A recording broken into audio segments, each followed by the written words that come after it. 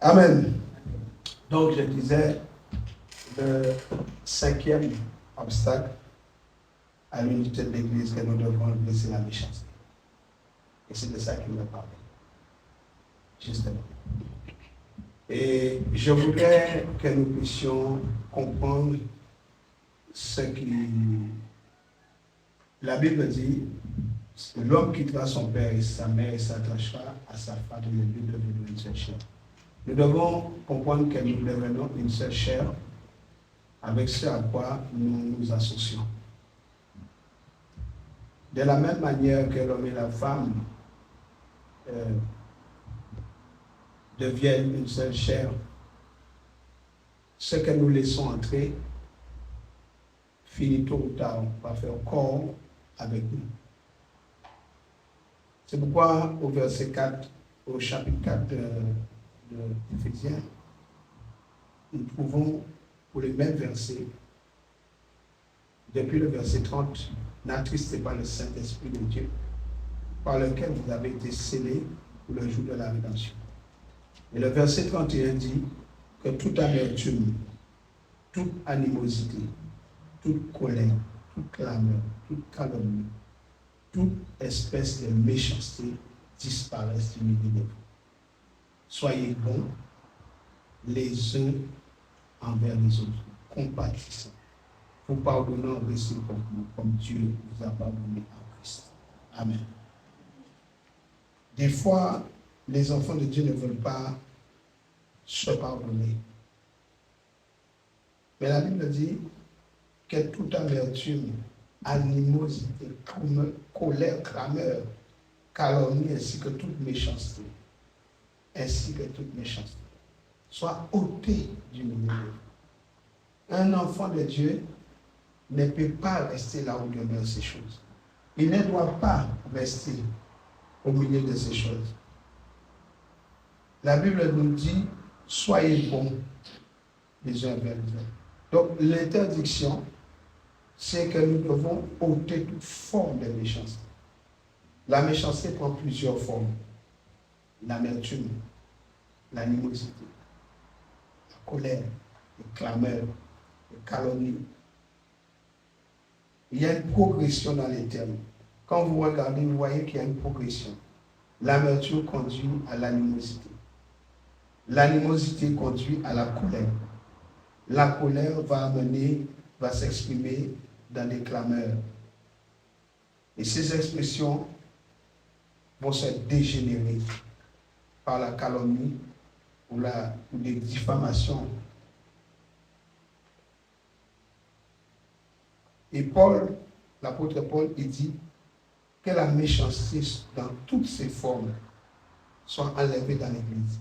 Et ce sont des choses que nous trouvons dans l'Église. L'Église qui est caractérisée par ces choses ne peut pas connaître l'unité. Les chrétiens viennent dans l'Église et dissimulent leur amertume, dissimulent leur animosité. Mais c'est une progression vers la méchanceté. Lorsque tu gardes l'amertume dans ton cœur, lorsque tu gardes la colère, lorsque tu gardes l'animosité, tôt ou tard, tu vas arriver au stade de la méchanceté. Tu vas pousser des clameurs, tu vas rentrer dans la dispensation des calomnies, etc. et de la méchanceté exprimée. C'est pourquoi nous devons faire attention. Et Paul nous exhorte à pardonner, à nous pardonner les uns les autres. Il dit, soyez bons. Soyez bons. Il ne dit pas, demandez à Dieu que vous soyez bons. Il dit, soyez bons les uns vers les autres. Soyez compatissants. Faites-vous grâce réciproquement. Au lieu d'être méchants les uns envers les autres, nous devons être bons. Nous devons être bons. Nous devons être compatissants. Nous devons nous pardonner les uns les autres. Pourquoi? Parce que nous avons besoin de la compassion et du pardon. La raison en est que Dieu nous a fait grâce en Christ. Alléluia.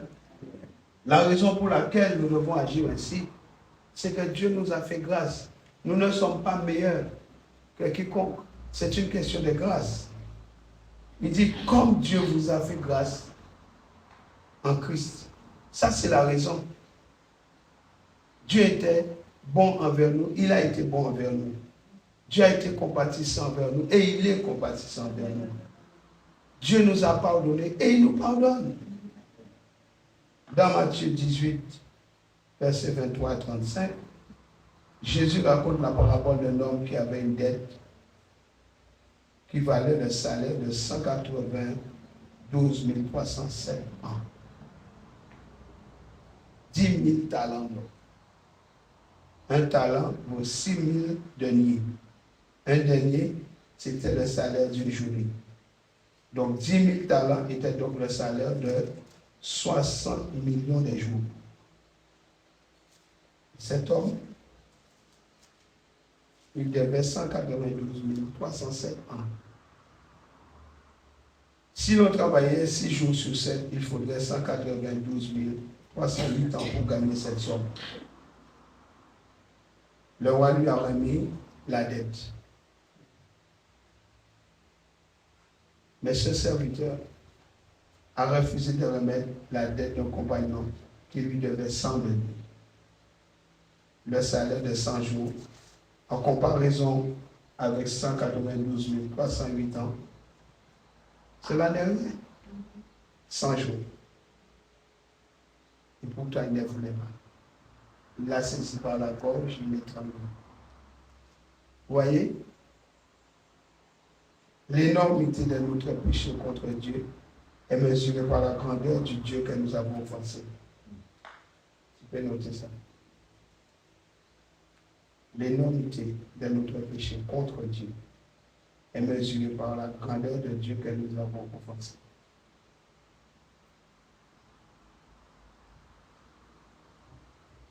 Comme il nous a pardonné cette dette énorme, nous devons nous pardonner les uns les autres. Des fois, nous ne voulons pas nous pardonner. Mais chaque fois que tu vas refuser de pardonner à quelqu'un, pense à ta dette envers Dieu. Calcule un peu ta dette envers Dieu si tu peux, et tu comprendras vite pourquoi il faut pardonner. Alléluia. C'est pourquoi la Bible nous dit que nous devons être des imitateurs de Christ. Éphésiens 5 nous dit, devenez donc les imitateurs de Dieu comme des enfants bien-aimés et marchez dans la charité à l'exemple de Christ qui nous a aimés et qui s'est livré lui-même à Dieu pour nous comme une offrande et un sacrifice de bonne odeur. Dites Amen. Dites Amen. Comprenez-vous cela? Alléluia. Alléluia.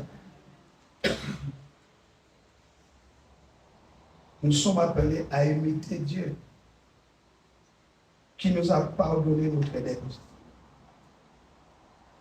Il a fait de nous des membres de sa famille.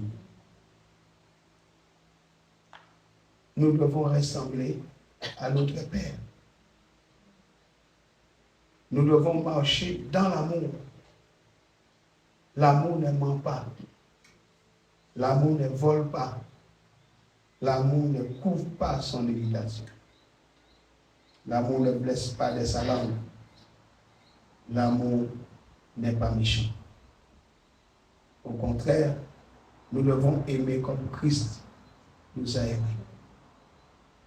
Nous devons nous livrer nous-mêmes pour les autres. Quelquefois, nous ne voulons pas faire ça. Nous pensons à nous, toujours nous. C'est l'adoration, l'offrande et le sacrifice que Dieu a donné. Alléluia. Alléluia. Maintenant, ayant posé ces obstacles à l'unité de l'Église, la question est de savoir qu'est-ce que nous faisons pour les enlever. Est-ce que nous sommes conscients Est-ce que nous allons marcher dans cette conscience de toujours enlever ces obstacles dans l'Église? Faire disparaître ces obstacles à l'unité de l'Église. Est-ce que nous allons avoir cette conscience-là pour toujours faire cela? Même si quelqu'un vient t'insulter ou te dire une parole blessante, est-ce que tu vas pardonner à cette personne et l'aimer?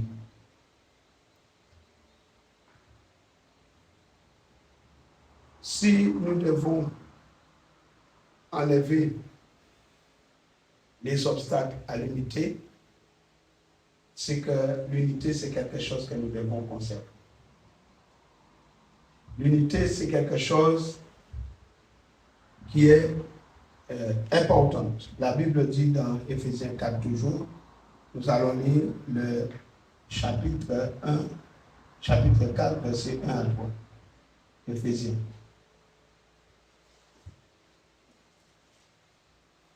Éphésiens 4, chapitre 1 à 3.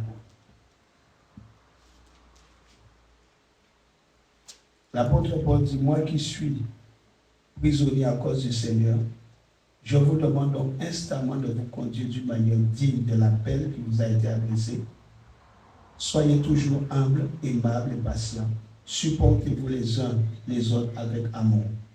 Efforcez-vous de conserver l'unité que donne l'Esprit dans la paix qui vous lie les uns aux autres.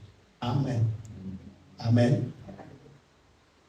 La Bible dit, je vous exhorte donc, moi, le prisonnier dans le Seigneur, à marcher d'une manière digne de la vocation qui vous a été adressée en toute humilité et douceur, avec patience, vous supportant les uns les autres avec amour, vous efforçant de conserver l'unité de l'esprit par le lien de la paix.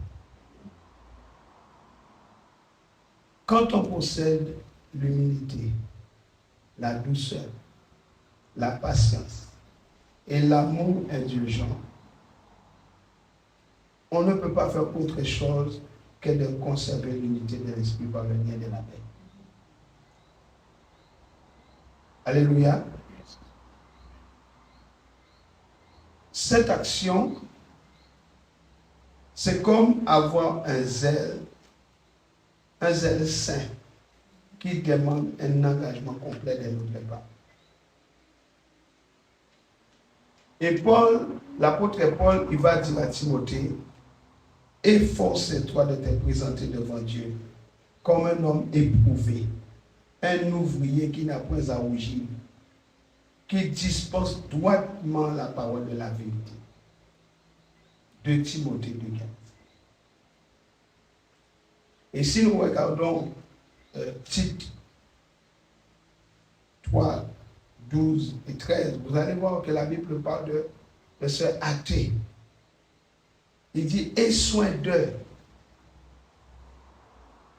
dire ces choses. Ça veut dire que, en tant que croyant, chacun de nous, chaque croyant, devrait s'efforcer constamment de conserver l'unité de l'esprit par le lien de la paix. L'apôtre Paul ne parle pas de l'unité d'une organisation telle que ce qu'on peut voir dans le monde. Mais il parle de l'unité de l'esprit. Donc ça veut dire quelque chose d'intérieur, d'universel, qui lie chaque croyant véritable à tous les autres croyants. Le Saint-Esprit est le même en Guadeloupe, en Martinique, en Guyane, en France, aux États-Unis, en Afrique. Il est le même. Donc c'est quelque chose d'intérieur et d'universel qui va lier chaque croyant ensemble. Il s'agit de l'unité de l'esprit. Ce n'est pas l'unité d'une organisation, d'une dénomination. c'est l'unité de l'esprit qui agit dans la vie des croyants. Vous comprenez cela? Et cette unité ne vient pas du dehors, mais ça vient du dedans. Et cette unité de l'esprit se manifeste par les qualités intérieures. Des qualités intérieures. L'humilité, de douceur, de patience et par l'amour.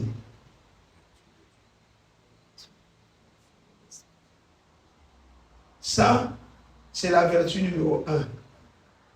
C'est quelque chose d'intérieur et qui vient par ses qualités intérieures. L'humilité, la douceur, la patience, l'amour. La vertu 2, c'est que l'Église ne crée pas et ne peut pas créer l'unité spirituelle. J'ai entendu des fois, prions pour l'unité. Mais on prie comme si on demandait à Dieu de créer. Ou bien nous-mêmes, nous voudrions, par nos prières, créer l'unité. L'Église ne crée pas et ne peut pas créer l'unité spirituelle. Seul le Saint-Esprit crée l'unité, il la crée. Parce que nous avons été baptisés dans un seul esprit pour former un seul corps. Soit juif, soit grec, soit esclave, soit libre. Et nous avons tous été abreuvés. La Bible dit, nous avons tous été abreuvés d'un seul esprit. Il y a plusieurs membres et un seul corps. 1 Corinthiens 12 qui dit ça. Verset 13, verset 20. On peut lire Romains 8, verset 9. Romains 8, verset 9 nous dit,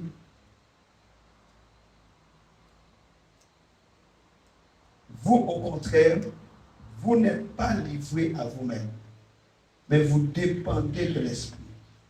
Puisque l'Esprit de Dieu habite en vous, si quelqu'un n'a pas l'Esprit du Christ, il ne lui appartient pas.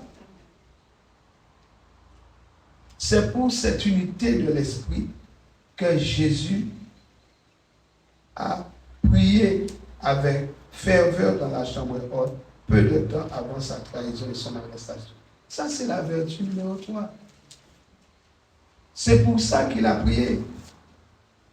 Dans Jean 17, verset 11, puis verset 21 à 23, il dit, Père Saint, garde-les en ton nom que tu m'as donné, afin qu'ils soient un comme nous, afin que tous soient un, comme toi, Père, tu es en moi, et comme je suis en toi, afin qu'eux aussi soient un en nous.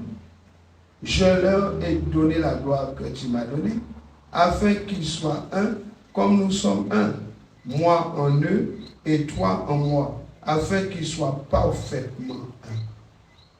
Alléluia. Vertu numéro 4. L'Église a comme responsabilité. Et je mets l'accent sur la responsabilité de l'Église. Parce que des fois, les gens pensent que l'Église, ce sont les murs. Non. L'Église a comme responsabilité de conserver l'unité de l'Esprit. Par la vie de ses membres. Nous avons la responsabilité, en tant qu'Église, de conserver l'unité de l'Esprit par la vie des membres, en marchant fidèlement d'une manière digne de l'appel de Dieu, en manifestant Christ au monde par notre unité en lui. Romains 15, verset 1 à 6 nous dit ceci. Romains chapitre 15, verset 1 à 6. Nous qui sommes forts dans la foi, nous devons porter les faiblesses de ceux qui ne le sont pas, sans chercher notre propre satisfaction. Que chacun de nous recherche la satisfaction de son prochain pour le bien de celui-ci, en vue de l'aider à grandir dans la foi.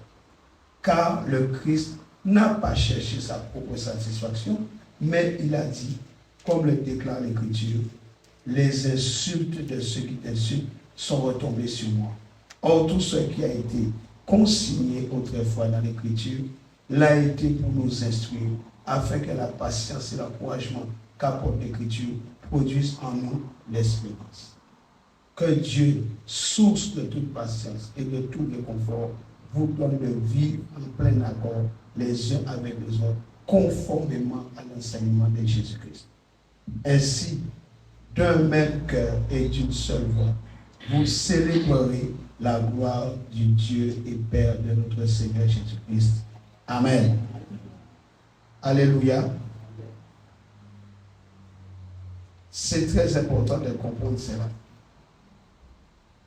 Philippiens 1, 27. Philippiens chapitre 1, verset 27 va nous dire, quoi qu'il en soit, menez une vie digne de l'évangile du Christ en vrai citoyen de son royaume. Ainsi que je vienne vous voir ou que je reste loin de vous, je pourrai apprendre que vous tenez bon, unis par un même esprit, luttant ensemble de même cœur pour la foi fondée sur la bonne nouvelle.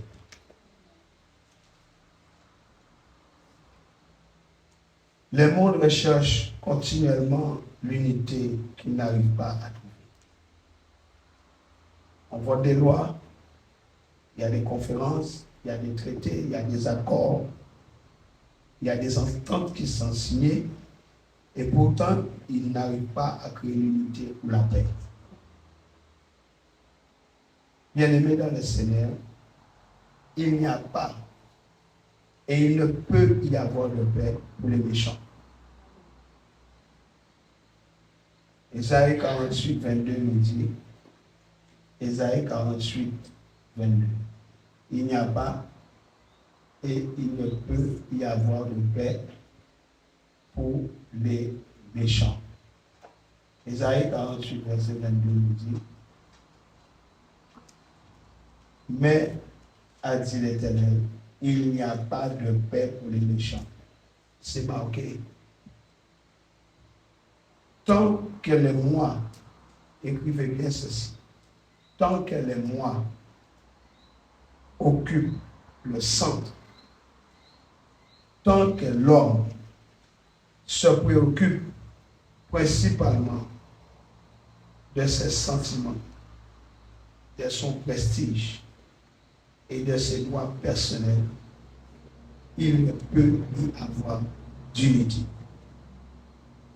Alléluia. Alléluia. Avez-vous compris cela? Les mois. C'est pourquoi nous devons faire mourir ces choses dans l'Église. Tant que ces mois occupent le centre, moi je vois comme ça. Moi je sens. Tout ce qu'on te dit, tu es toujours opposé à ça. Tu n'acceptes pas la parole. Tu te bats avec la parole. Tu raisonnes sur la parole. L'orgueil, l'égocentrisme. Moi. Tant que l'homme se préoccupe principalement de ses affaires, de ses sentiments, de son prestige, de sa notoriété, de ses droits personnels, il ne peut y avoir d'unité. Malheureusement, c'est ce qu'on voit dans les églises. Et pourtant, Matthieu nous dit, cherchez d'abord le royaume de Dieu et sa justice. Cherchez d'abord les intérêts de Dieu. Parce que la Bible dit, Dieu sait avant même que nous le lui demandions, il sait de quoi nous avons besoin. Et la première chose qu'on fait quand on vient dans la présence de Dieu, c'est de lui dire, nous avons besoin de ça, nous avons besoin de ça, fais ceci pour moi, fais cela pour moi. Ce n'est pas ce que David le dit. D'abord, Dieu. Dieu doit être notre priorité. Mais nous mettons toutes nos affaires avant. Et seulement quand on pense à Dieu, on va voir comment on peut le faire. Lorsqu'on agit comme ça, bien aimé, il ne peut y avoir d'unité. Verset numéro 5. Le lien qui conserve l'unité, c'est la paix.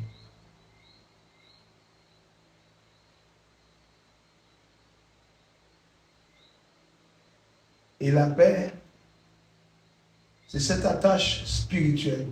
Notez bien que la paix est spirituelle. Des fois, les païens comprennent mieux ça que les chrétiens. Parce que les enfants de Dieu oublient qui ils sont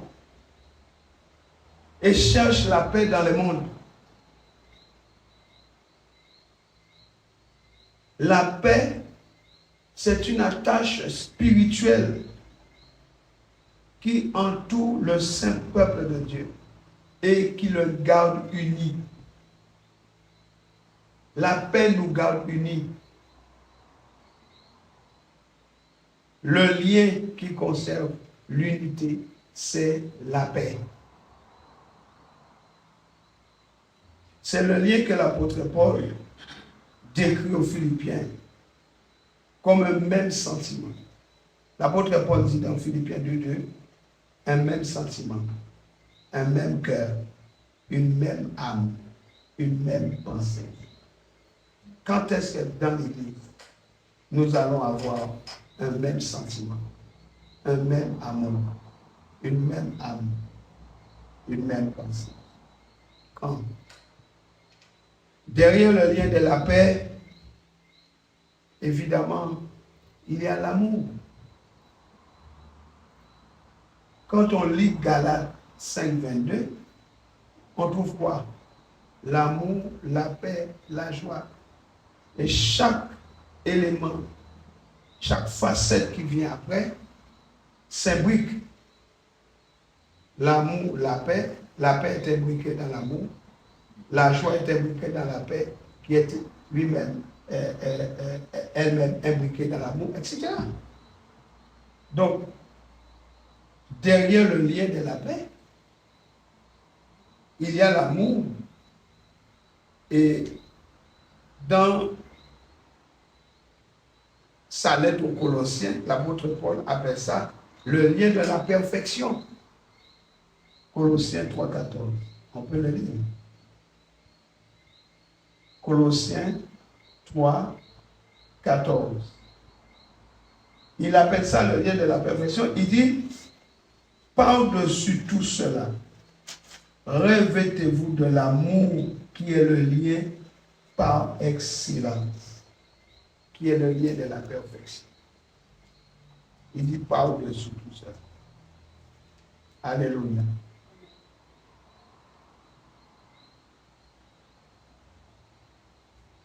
Vertu numéro 6. L'humilité produit la douceur. La douceur produit la patience. La patience produit l'amour indulgent. Et ces 4 choses que je viens de décrire conservent l'unité de l'esprit par le lien de la paix.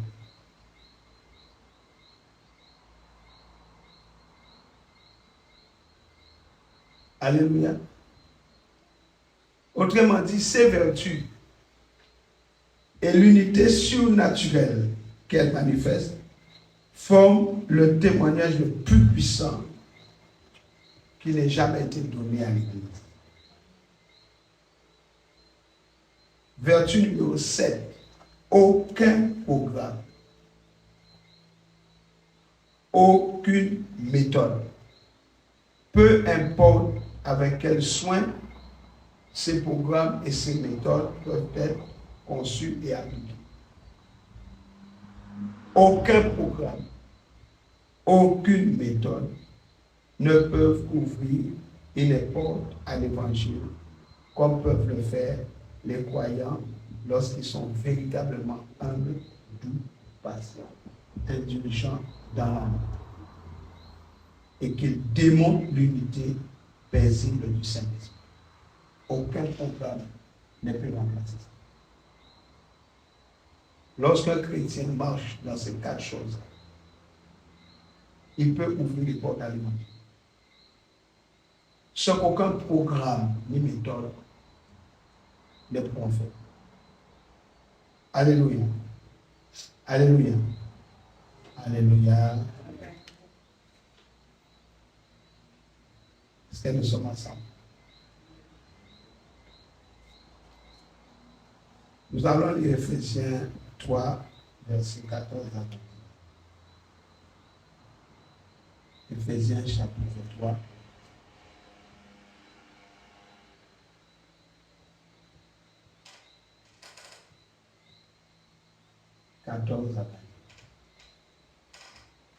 Il est écrit, c'est pourquoi je me mets à genoux devant le Père, de qui dépendent comme des modèles toutes les familles des cieux et de la terre.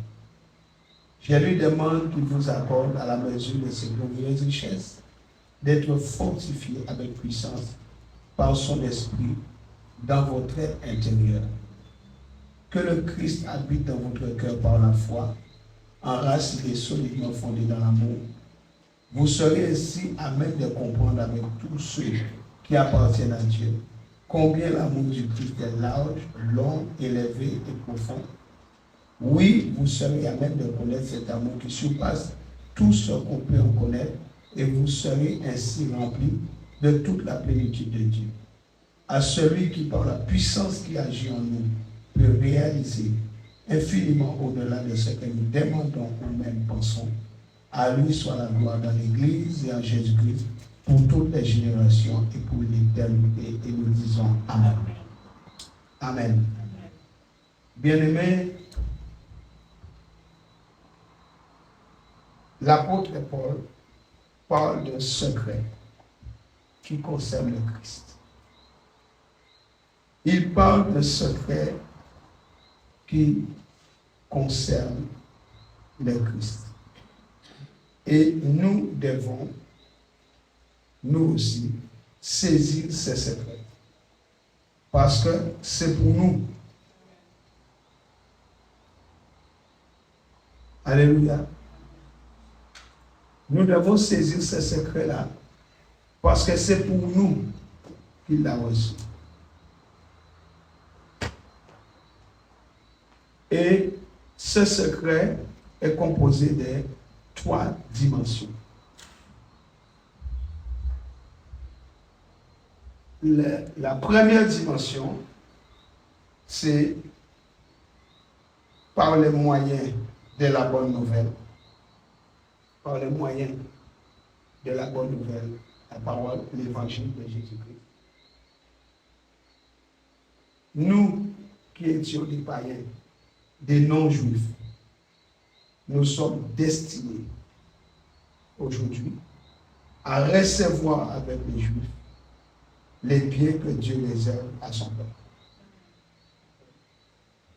Ce n'était pas pour nous, mais aujourd'hui, à cause de la bonne nouvelle et l'évangile, nous sommes destinés à ça. Deuxième dimension, nous sommes membres du même corps. Alléluia. Nous sommes membres du même corps. Et troisième dimension, nous parlons de conserver l'unité de l'esprit. Nous avons enlevé les obstacles.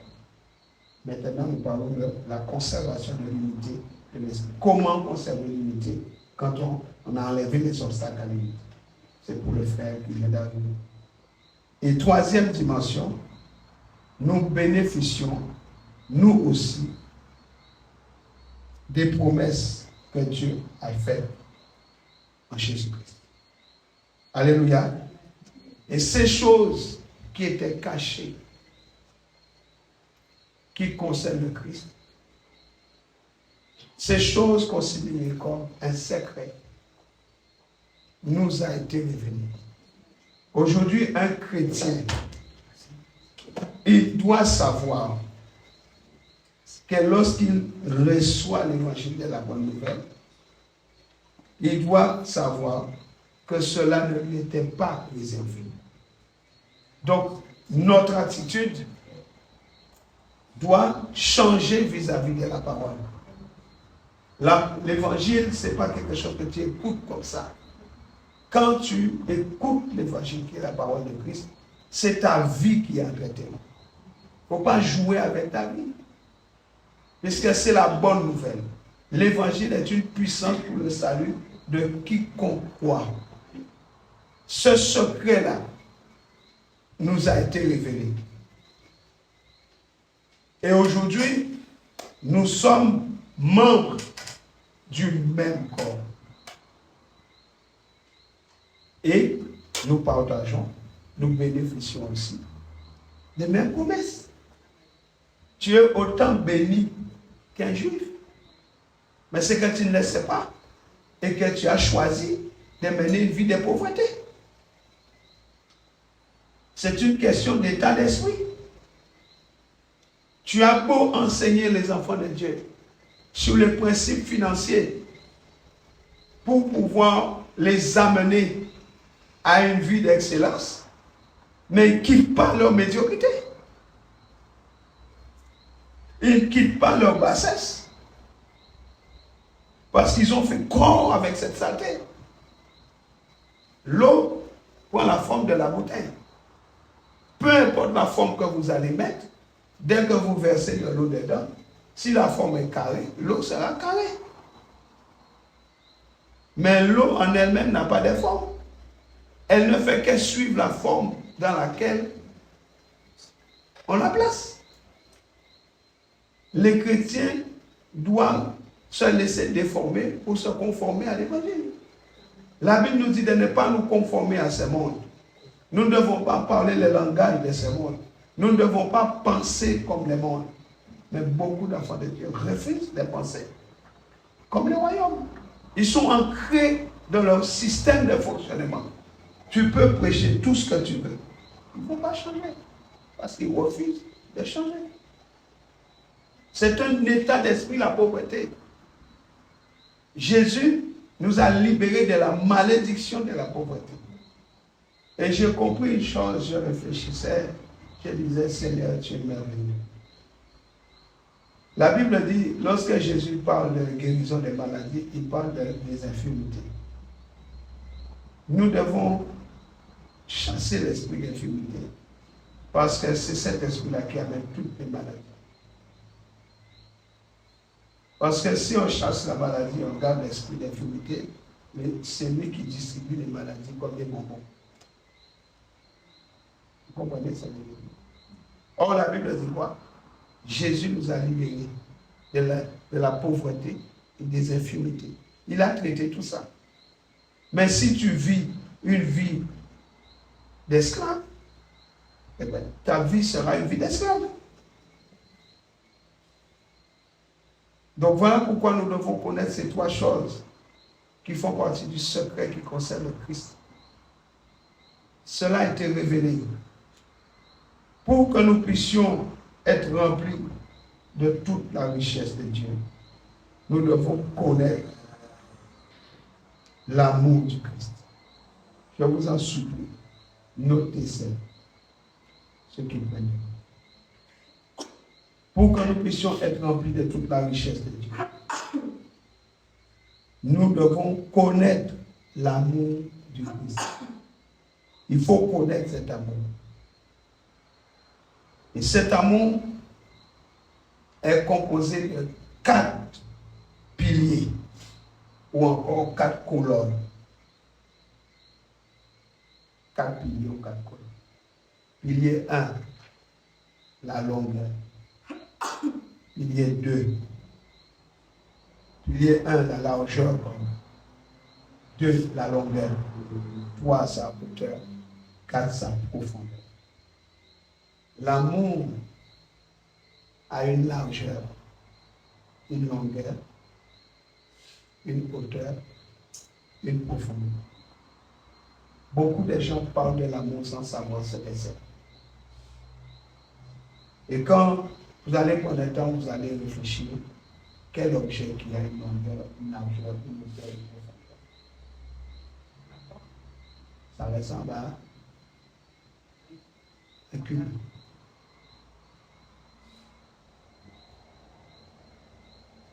Vous parlez des plus belles du temps.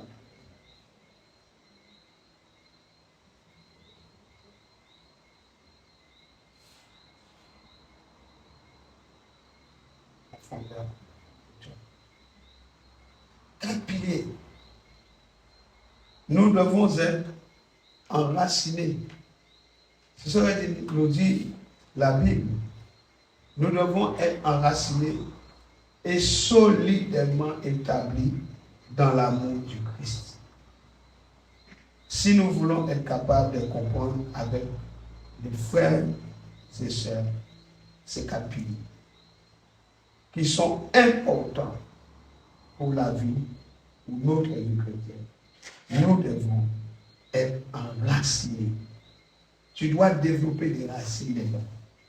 Nous devons être solidement établis. Pas des gens qu'on ébranle facilement. Solidement établis dans cet amour du Christ. Alléluia. Ces quatre piliers sont importants. Lisons Colossiens 3, 12 à 17. Colossiens 3, 12 à 17. Ainsi, puisque Dieu vous a choisi pour lui appartenir et qu'il vous aime, revêtez-vous d'ardente bonté, de bienveillance, d'humilité, de douceur, de patience. Supportez-vous les uns les autres. Et si l'un de vous a quelque chose à reprocher à un autre, pardonnez-vous mutuellement. Le Seigneur vous a pardonné, vous aussi. Pardonnez-vous de la même manière. Et par-dessus tout cela, regardez bien, il dit, mettez cela, mettez ceci par-dessus. Par-dessus tout cela, revêtez-vous de l'amour qui est le lien par excellence. Que la paix instaurée par le Christ gouverne vos décisions, car c'est à cette paix que Dieu vous a appelé pour former un seul corps. Soyez reconnaissants. Que la parole du Christ réside au milieu de vous dans toute sa richesse. Qu'elle vous inspire une pleine sagesse pour vous instruire et vous avertir les uns les autres ou pour chanter à Dieu de tous vos cœurs des psaumes, des hymnes et des cantiques inspirés par l'Esprit afin d'exprimer votre reconnaissance à Dieu. Verset 17. Dans tout ce que vous pouvez dire ou faire, agissez au nom du Seigneur Jésus en remerciant Dieu le Père par lui. Amen. Ce passage de Colossiens 3, 12, on les retrouve dans Éphésiens 4, Éphésiens 3. Alléluia. L'amour du Christ nous permet d'être parfaitement unis. L'amour. L'amour du Christ doit se porter au-dessus de la bonté affectueuse, de la bienveillance, de l'humilité, de la douceur et de la patience. Ça vient par-dessus. Il dit, par-dessus ces choses, revêtez. C'est comme si tu mets un t-shirt et par-dessus, tu mets ta veste. Tu mets ta chemise. Par-dessus, tu mets le costume. L'amour c'est un revêtement qui vient par-dessus l'humilité, la douceur, la patience, la bonté et la bienveillance. Les gens veulent se revêtir d'amour, mais ils n'ont pas d'humilité. Ils veulent l'amour, mais ils sont sauvages, méchants, colériques. Il n'y a pas la bonté, il n'y a pas la bienveillance, il n'y a pas l'humilité, il n'y a pas la douceur. Mais ils parlent d'amour. De quoi tu parles? L'amour n'est pas envieux. L'amour ne vole pas. L'amour ne fait point de mal. Ça veut dire qu'il y a quelque chose que nous devons changer avant de nous revêtir de cet amour-là. Cet amour qui a 4 dimensions et qui représente 4 piliers. Je parle de piliers.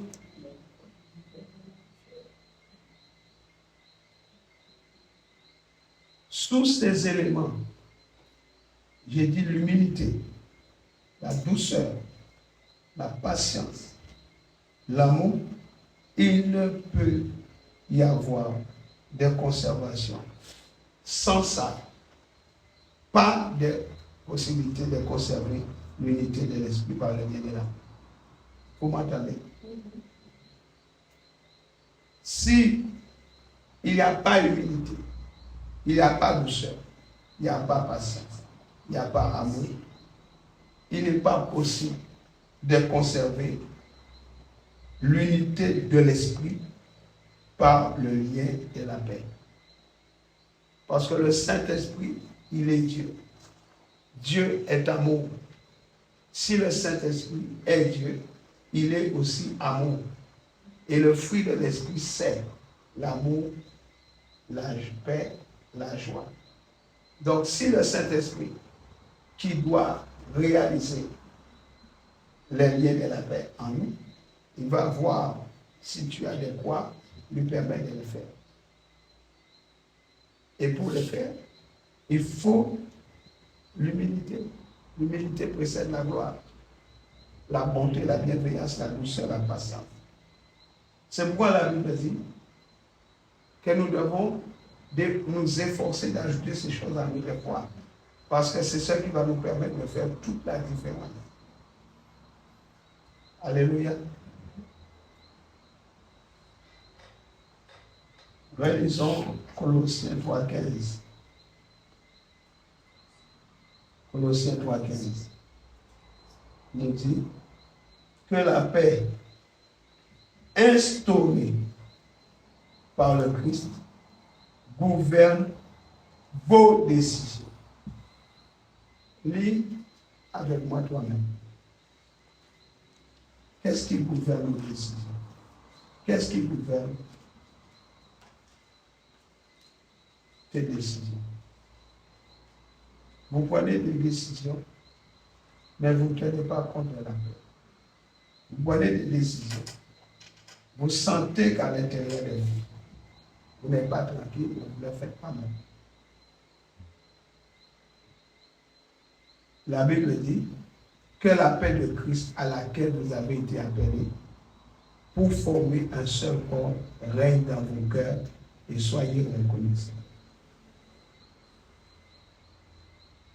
Que la paix instaurée par le Christ gouverne vos décisions.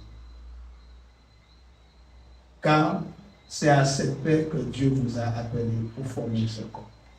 Nous avons été appelés à quoi? Nous avons été appelés à quoi? Oui. Vous ne retenez pas l'essentiel. Vous avez été appelés à quoi? Lisez la Bible. À quoi vous avez été appelés? Lisez la Bible. À quoi vous avez été appelés?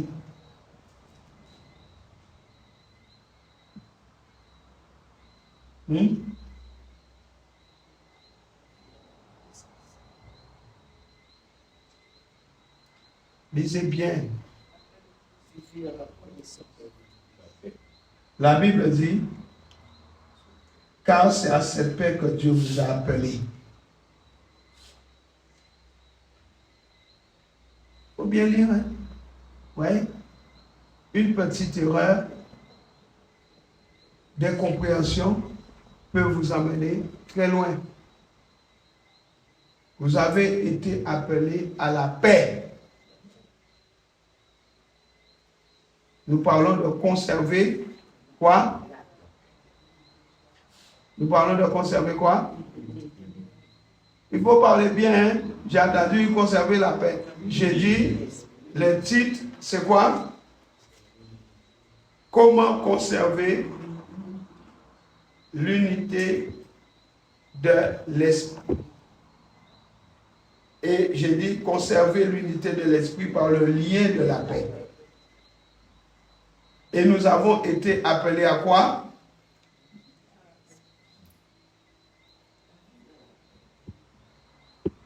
Colossiens 3,16 dit quoi? 3,15 dit quoi? Car c'est à cette paix que vous avez été appelés. C'est bien de noter, c'est mieux d'entendre et de comprendre. Je voulais vous dire, comprenez d'abord, notez après. Et vous faites l'inverse. Vous notez avant et vous dites, je vais comprendre. Vous ne comprendrez pas. Il faut comprendre et noter ce que vous avez compris. Nous avons été appelés à la paix pour pouvoir former un seul corps.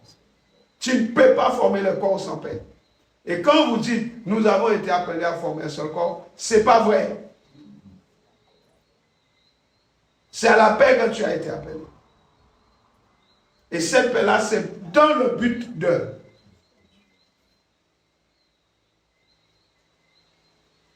former un seul corps devient l'objectif. Mais tu as été appelé à la paix.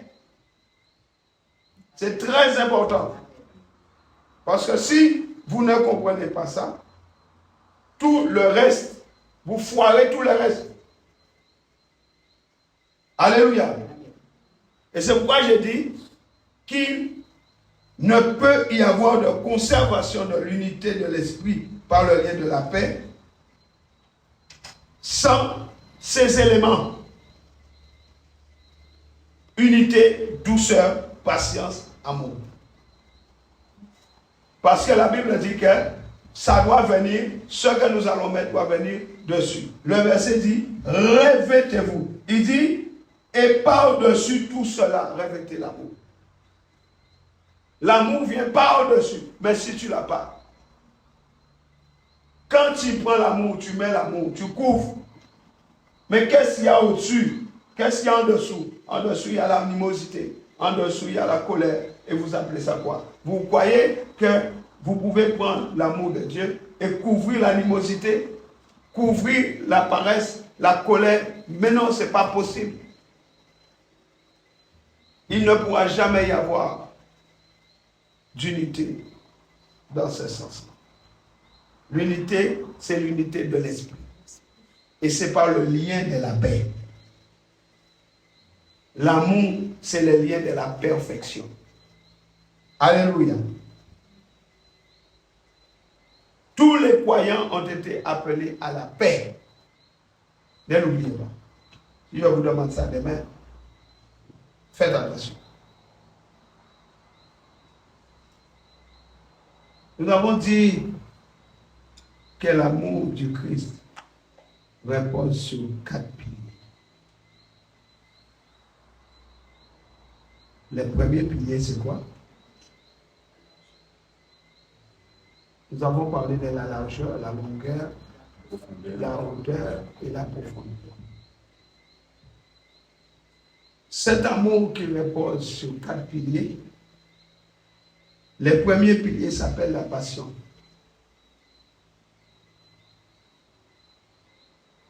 Alléluia.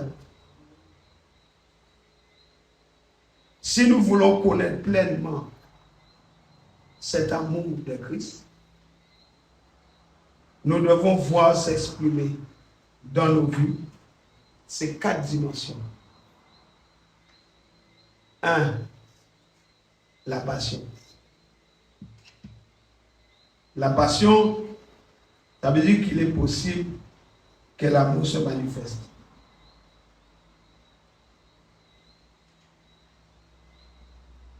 Il est impossible que l'amour se manifeste sans passion. Le premier pilier, c'est la passion. Vous devez être passionné de Christ. Aujourd'hui, les chrétiens ne sont pas passionnés. Regardez, ils ne viennent pas.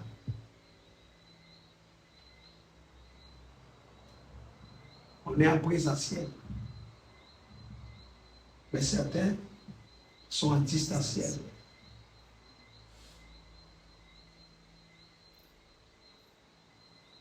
Alors que c'est important d'avoir la passion de Christ. Deuxième chose, deuxième pilier. Le deuxième pilier, c'est l'engagement.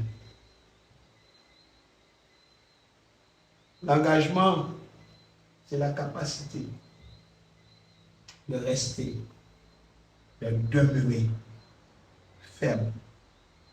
Vous allez trouver à plusieurs reprises dans la Bible, demeurer ferme. Demeurer donc ferme. Galates 5 ans. La Bible nous demande de demeurer ferme dans la parole, demeurer ferme dans la foi. L'engagement. Beaucoup ne s'engagent pas. Beaucoup ont peur de s'engager. Parce qu'ils disent, si je m'engage, il y a certaines choses que je ne pourrais pas faire. Donc je ne m'engage pas. Pour garder la possibilité de faire ce que je faisais. Donc, non. Je veux bien, mais je ne m'engage pas. Troisième pilier, le plaisir. Tout ce qui a de l'amour s'accompagne de plaisir. Dieu prend plaisir. Pourquoi? Parce qu'il est amour. Il dit, je prends plaisir. Dieu prend plaisir à nous bénir. Dieu prend plaisir à nous guérir. Dieu a pris plaisir pour nous délivrer. Il a envoyé son Fils. C'est l'expression de son amour. Tout ce qui a de l'amour s'accompagne de plaisir. Alléluia. Numéro 4. Pilier numéro 4. Et non des moindres, les sacrifices. Le plus grand de ces 4 piliers, c'est le sacrifice. Jean 15, verset 13. Jean chapitre 15, verset 13. Regardez ce que Jésus dit. Il n'y a pas de plus grand amour que de donner sa vie pour ses amis. Est-ce qu'il dit pour son frère? Est-ce qu'il dit pour sa famille? Est-ce qu'il dit pour son père, pour sa mère? Il dit quoi? Pour ses amis. Parce qu'il nous appelle ses amis. Mais il dit, vous êtes mes amis si vous faites ce que je vous commande. Je ne vous appelle plus serviteur parce qu'un serviteur n'est pas mis au courant des affaires de son maître.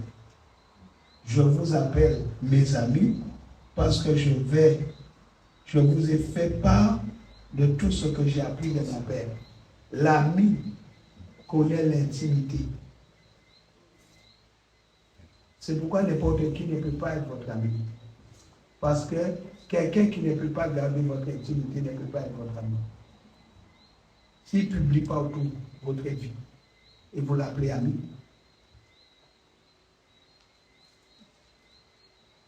Jésus dit, je ne vous appelle plus serviteur.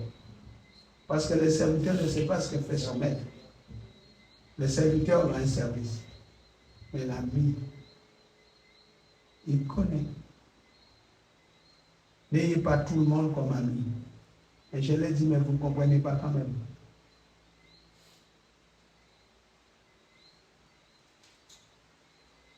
Vous êtes dans les sentiments. Et tout le monde est votre ami. Même le diable.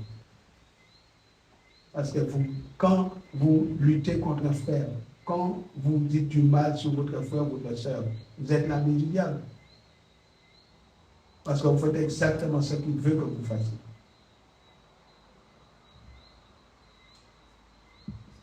Romains 5.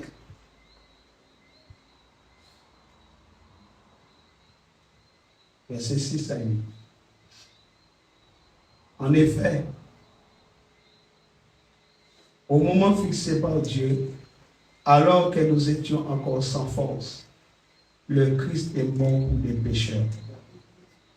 À peine accepterait-on de mourir pour un juste. Peut-être quelqu'un aurait-il le courage de mourir pour le bien. Mais voici comment Dieu nous montre l'amour qu'il a pour nous. Alors que nous étions encore des pécheurs, le Christ est mort pour nous. Alléluia. Éphésiens 5, verset 2. Éphésiens 5, verset 2. Il dit, marchez dans la charité, à l'exemple de Christ, qui nous a aimés et qui s'est livré lui-même à Dieu pour nous, comme une offrande et un sacrifice de bonne odeur. 1 Jean 4. 1 Jean chapitre 4, verset 7 à 11. Il est écrit, mes chers amis, aimons-nous les uns les autres, car l'amour vient de Dieu. Celui qui aime est né de Dieu et il connaît Dieu. Qui n'aime pas n'a pas connu Dieu, car Dieu est amour.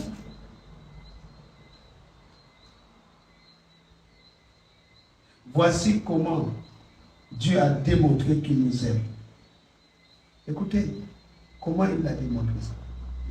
Il a envoyé son Fils unique dans le monde pour que par lui nous ayons la vie. Il donne sa vie. Voici comment Dieu le Père a démontré son amour. Nous démontrons notre amour comment?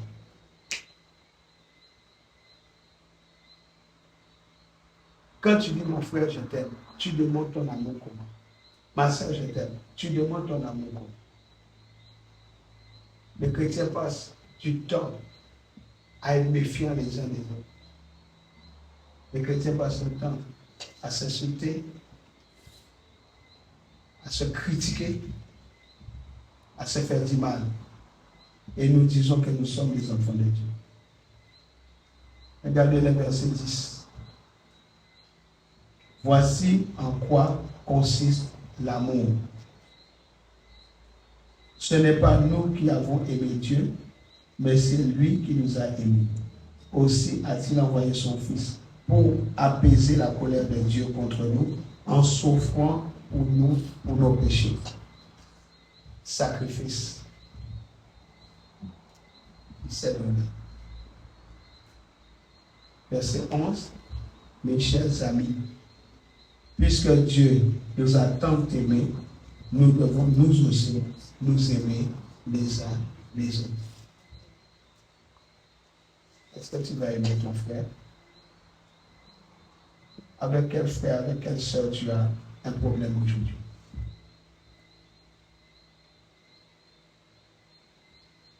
Qui a un problème avec un frère, une soeur aujourd'hui? Je vais voir votre honnêteté devant Dieu. Qui a un problème avec un frère ou avec une soeur aujourd'hui? Je ne parle pas de l'église CCSP seulement, je parle de dire qui a un problème avec un frère ou une soeur aujourd'hui. Personne? Vous êtes sincère devant Dieu? Voilà Dieu. Parce que si vous mentez pour vous. Moi, je pose simplement la question. Dieu sait de toute façon. Il sait si vous mentez. C'est lui qui sonde les cœurs et moi. Mais la Bible dit, chers amis, puisque Dieu nous a tant aimés, nous devons, c'est un ordre, nous aussi, nous aimer. C'est un ordre. Tu ne peux pas haïr.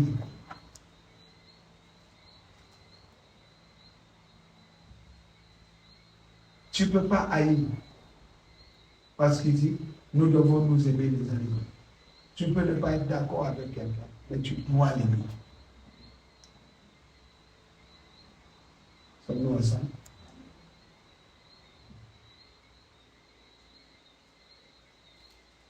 Lorsque vous n'obéissez pas à ça, vous résistez à Dieu. Et vous ne connaîtrez jamais la paix. Parce que si vous regardez rapidement dans la vie, beaucoup de chrétiens pensent qu'ils peuvent changer la Bible. On ne va pas changer la Bible. Galates 5, 22.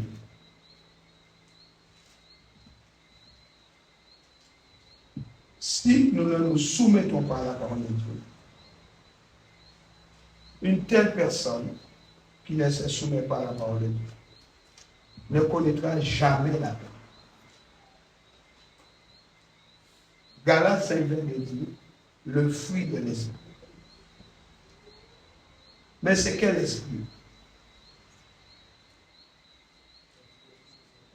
C'est l'esprit qui amène l'unité. Alléluia. Éphésiens 4, verset 1, 3, nous lisons, ne perdez pas la page. Parce que j'ai déjà lu Éphésiens, tu l'as déjà noté. Éphésiens dit, je vous aime donc, je vous exhorte donc, moi le prisonnier dans le Seigneur, à marcher d'une manière digne de la vocation qui vous a été adressée, en toute humilité, douceur, avec patience, vous supportant les uns les autres avec amour, vous efforçant de conserver l'unité de l'esprit par le lien de la paix. Efforcez-vous de conserver l'unité de l'esprit par le lien de la paix. Éphésiens 4. D'accord? C'est ce que la Bible dit. Et Galates 5, 22 nous dit le fruit de l'esprit. C'est le même esprit. C'est le même esprit. Éphésiens nous dit de nous efforcer de conserver l'unité de l'esprit. Mais cet esprit-là, c'est l'amour. Les fruits, son fruit, c'est quoi? L'amour, la joie, la paix, la patience, l'amabilité, la bonté, la fidélité, la douceur, la maîtrise des soi. C'est ça le fruit de l'esprit. Alléluia. La maîtrise des soi est dans la douceur, qui est dans la fidélité, qui est dans la bonté, qui est dans l'amabilité, qui est dans la patience, qui est dans la paix, qui est dans la joie, qui est dans l'amour. Tout est dans l'amour.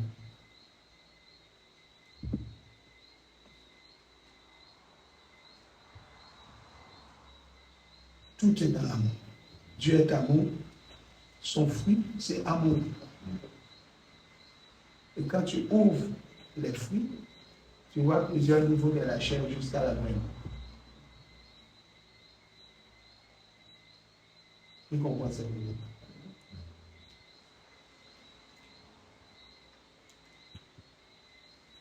Et si ces choses ne sont pas en nous, si nous ne portons pas les mêmes fruits que notre Père, nous ne sommes pas des lui. Parce que si Dieu est à nous, et si nous sommes ses enfants, l'âme donne du fruit de son espèce. Si Dieu est amour, nous sommes amour. Alléluia. Alléluia. Donc, c'est la raison pour laquelle nous devons être enracinés et solidement établis dans l'amour de Christ. Cet amour-là a 4 dimensions. Et nous devons connaître ces 4 dimensions. La patience, l'engagement, quoi encore? Les plaisirs, les sacrifices. Les sacrifices. Aujourd'hui, les gens ne veulent pas ces sacrifices. Les sacrifices. On donne sa vie. Aujourd'hui, les gens ont tendance à sauver leur peau.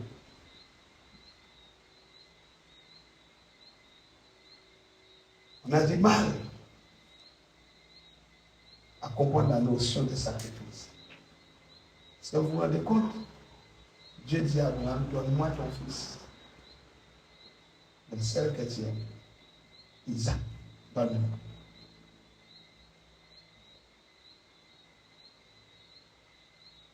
Combien de fois la Bible nous parle de sacrifice?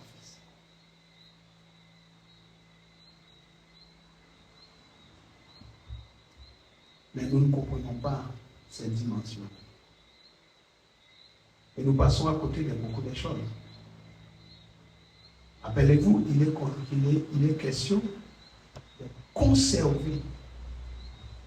Alléluia. Il est question de quoi? De conserver l'unité de l'esprit.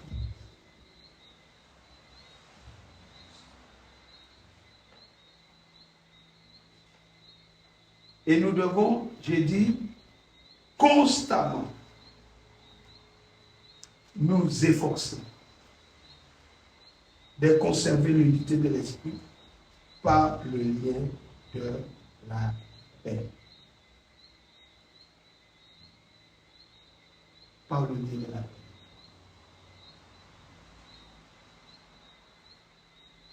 Alléluia. Est-ce que vous comprenez?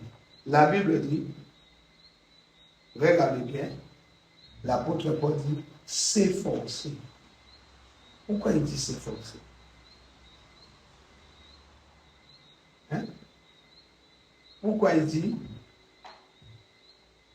efforcez-vous, vous efforçant de conserver l'unité, vous efforçant.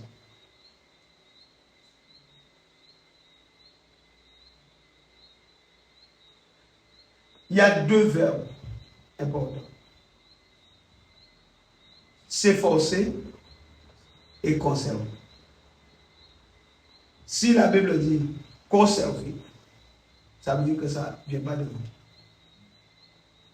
Mais on vous le donne, c'est à vous de garder précieusement ce qu'on vous donne.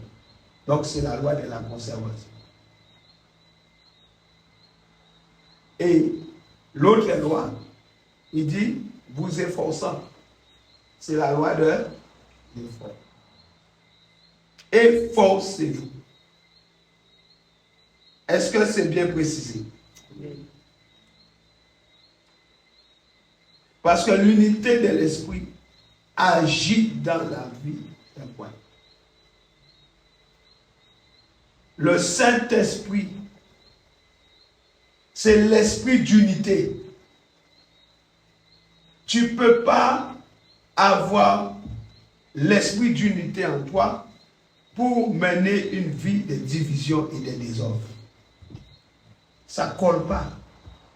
Ça veut dire que à partir de ce moment-là, le Saint-Esprit est attristé.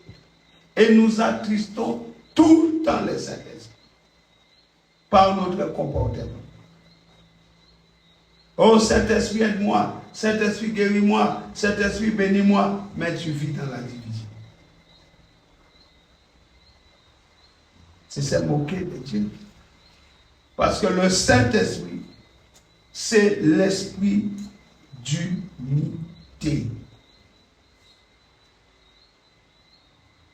Alléluia. Alléluia.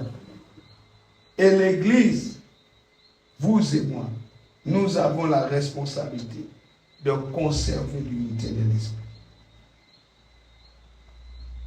par la qualité de vie que nous menons. En marchant fidèlement d'une manière digne de notre appel. Nous avons une vocation. Nous avons un appel. Nous avons été appelés à quoi? À quoi? À la paix. Dans quel but? Pour former un seul corps. Ne l'oublie pas. Nous avons été appelés à quoi? C'est pourquoi Jésus dit, dites que l'appel de Dieu soit avec vous. Il dit, je vous donne ma paix.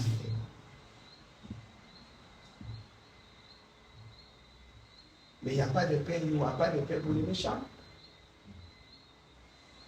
C'est pourquoi je leur ai dit encore, tant que le moi occupe le centre de ta vie, ton orgueil, ta vanité, les gens sont remplis d'orgueil.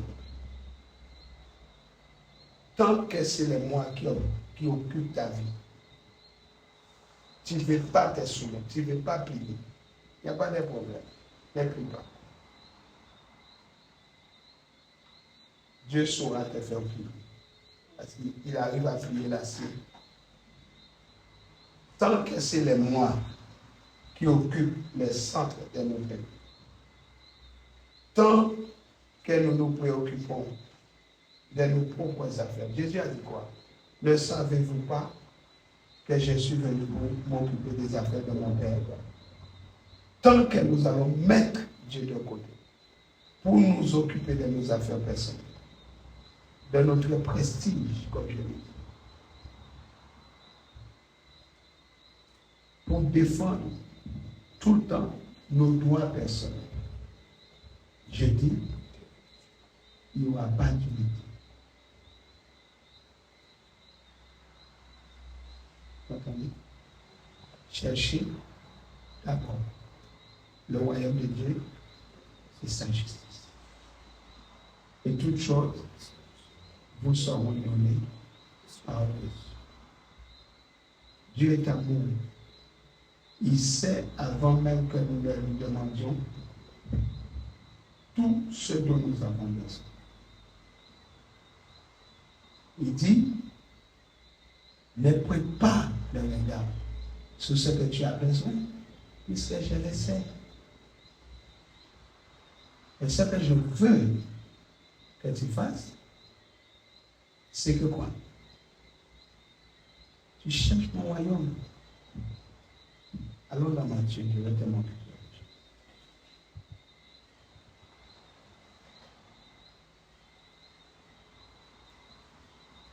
Matthieu 6.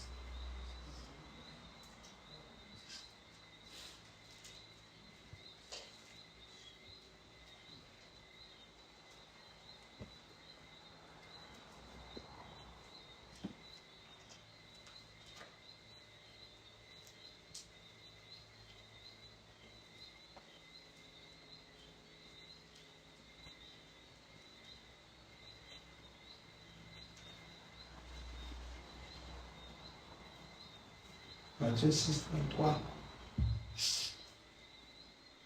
Vous connaissez ce passage, vous l'avez lu au moins 20 000 fois.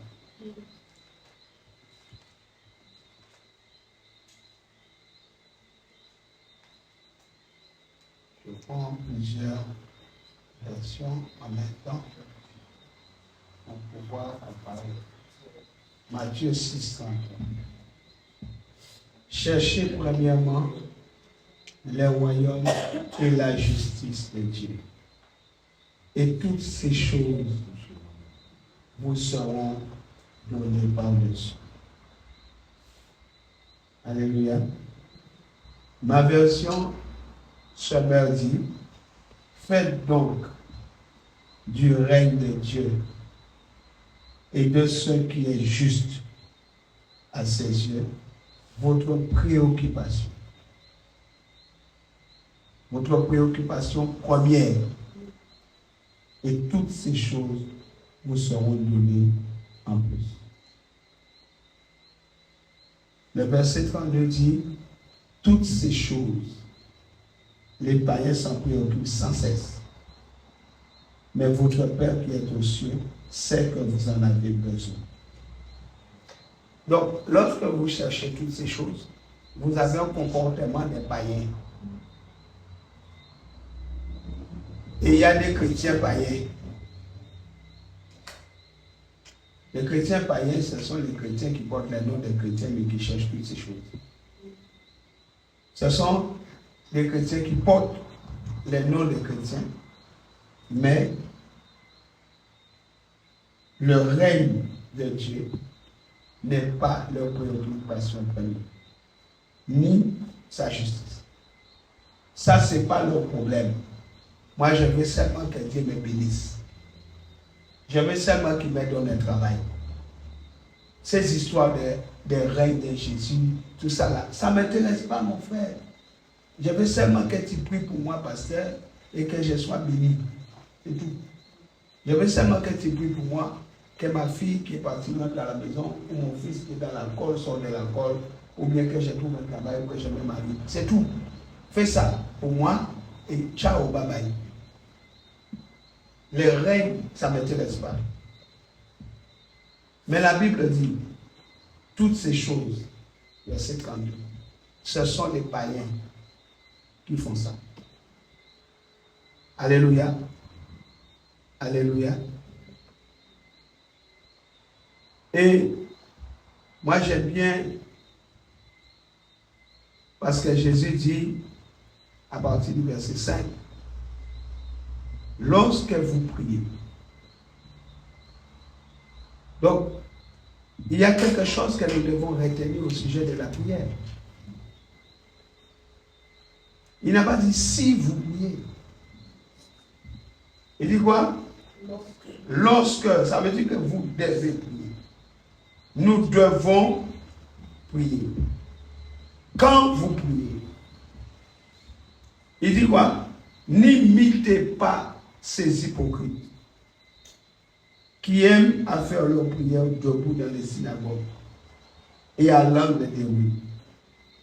Ils tiennent à être remarqués par tout le monde. Vraiment, je vous l'assure, leur récompense, ils l'ont d'ores et déjà reçue. Jésus dit, ne soyez pas comme eux. Ce sont des hypocrites. Ils aiment à prier debout parce qu'il faut que tout le monde voit qu'ils savent prier. Donc ils font beaucoup de scandales. Ce sont des gens qui cherchent la reconnaissance. Ce sont des gens qui sont dans les mal-vus. La Bible dit, qu'est-ce qu'il dit? Ce n'est point par la vue. Hein? Ce n'est point par la vue. Mais il prie pour que tout le monde voit qu'il savent prier. Mais il dit au verset 6, mais quand tu pries, toi, quand tu veux prier, va dans ta pièce la plus retirée. Verrouille ta porte et adresse ta prière à ton Père qui est là dans les lieux secrets. Tu dois transformer les pièces de ta maison en lieu secret. S'il y a du bruit dans la chambre, va dans les toilettes. Transforme les toilettes en lieu secret.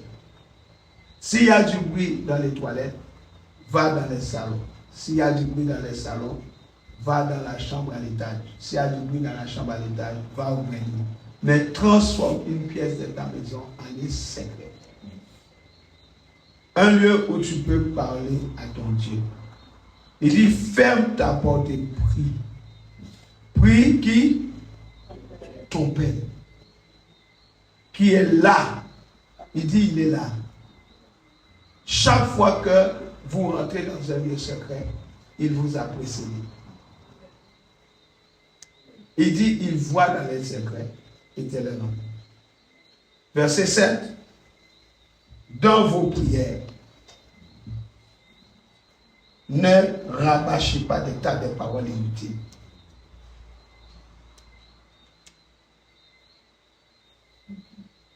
Oh mon Dieu.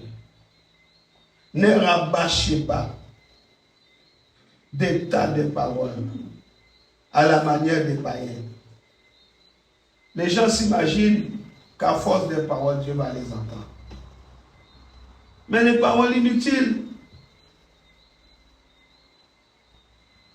la Bible dit ne les imitez pas, ne les imitez pas, car votre Père sait ce qu'il vous faut avant que vous le lui demandiez. Donc ça ne sert à rien de parler de paroles inutiles. Ne multipliez pas ces paroles inutiles. La Bible dit, Jésus dit vaines paroles. On rabâche comme les païens, on rabâche. Vous êtes des enfants de Dieu, ne priez pas comme les païens, ne faites pas la prière des païens. Il y a des chrétiens païens, je vous dis. Ils prient la prière des païens. Vous connaissez l'évangile, vous priez comme les païens. Ce n'est pas normal. Ce n'est pas parce qu'on va faire 4 km de prière qu'on a bien prié. Non. Jésus dit, il s'imagine qu'à force de paroles, il sera exaucé. Il dit au verset 8, vous n'avez pas à ressembler à ces gens-là. Ne les imitez pas. Et c'est là, après avoir dit ce qu'il ne faut pas faire, et donner des instructions sur ce qu'il faut faire, il dit lorsque vous priez, ne soyez pas. Ne faites pas. Maintenant, il dit au verset 9, voici ce que vous devez faire. Mais si tu ne fais aucune différence entre ce que tu ne dois pas faire et ce que tu dois faire, tu vas faire n'importe quoi et tu vas considérer que c'est bon. Parce qu'il y a des chrétiens qui prient n'importe comment et pensent que Dieu les a exaucés. Dieu ne t'exaucera jamais des rabâchages. Les prières inutiles ne seront jamais exaucées. Si tu pries comme un païen, ta prière ne sera pas exaucée. Dieu veut que tu pries comme son enfant.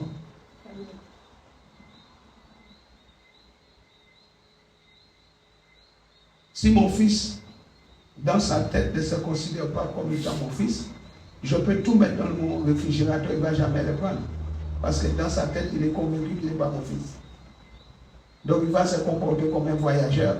Et il ne va même pas rentrer dans la maison, il va rester sur la galerie.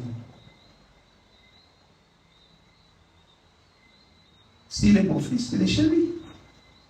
Vous comprenez ce que je dis? Si c'est mon fils, il est chez lui. C'est sa maison. S'il a soif, il va entrer, il va prendre quelque chose à boire. Mais si dans sa tête, il n'est pas fils, il ne peut pas aller ouvrir le réfrigérateur parce que dans sa tête, il n'est pas fils. Et c'est le genre de prière que nous faisons. Nous-mêmes, nous ne nous considérons pas comme des enfants de Dieu. Et nous faisons la prière des païens, comme si nous n'avions pas Dieu. Alors que Dieu, il sait avant même que nous lui demandions ce que nous avons besoin. Mais nous faisons des prières qui ne sont pas axées sur des besoins. Dieu répond aux besoins. Il dit, le Père sait ce dont vous avez besoin. Regardez bien ce dont vous avez besoin. Avant même que vous le lui demandez. Jésus dit, priez donc ainsi. Il n'a pas donné une récitation. On est ensemble. Ce n'est pas une récitation. C'est une méthode. Dites méthode. C'est une posologie. Pour utiliser un terme scientifique. C'est une méthode. Il dit, voici comment. Voici comment la machine doit fonctionner. Voici comment ça fonctionne. C'est une méthodologie à suivre. Mais nous ne voulons pas la méthode. Nous sommes en train de réciter. Nous ne comprenons rien. Il dit, voici donc comment vous devez prier. C'est un ordre. Vous devez prier comme ça. Et pas d'une autre manière. Nous parlons de quoi? Conserver l'unité de l'Église. Parce que le Saint-Esprit, c'est ce qui l'attend. Voici comment vous devez prier. Comment il dit prier? Regardez. Il dit quoi? Il dit quoi? Notre Père. Notre Père. Frère, je savais pas le matin. Dans l'Ancien Testament, écoutez-moi attentivement. Dans l'Ancien Testament, depuis Genèse, on voit le Dieu pluriel, Elohim. Le Dieu pluriel, Elohim, le Dieu de la création. On voit El Shaddai, Jéhovah Jireh, Jéhovah Nissi, Jéhovah Rapha. Je suis l'Éternel qui t'a guéri. Jéhovah Sabaoth, Jéhovah Mécanicien, Jéhovah Nathan. On voit toutes ces choses. Dieu, regardez-moi s'il vous plaît. Dieu s'est manifesté. Regardez-moi. C'est important de me mettre fixé dans les yeux. Dieu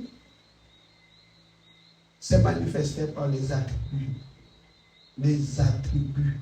de son âme. Quelqu'un qui avait besoin de guérison, Jéhovah Rapha. Quelqu'un qui avait besoin de justice, Sabaoth. Quelqu'un qui avait besoin de provision, Jéhovah.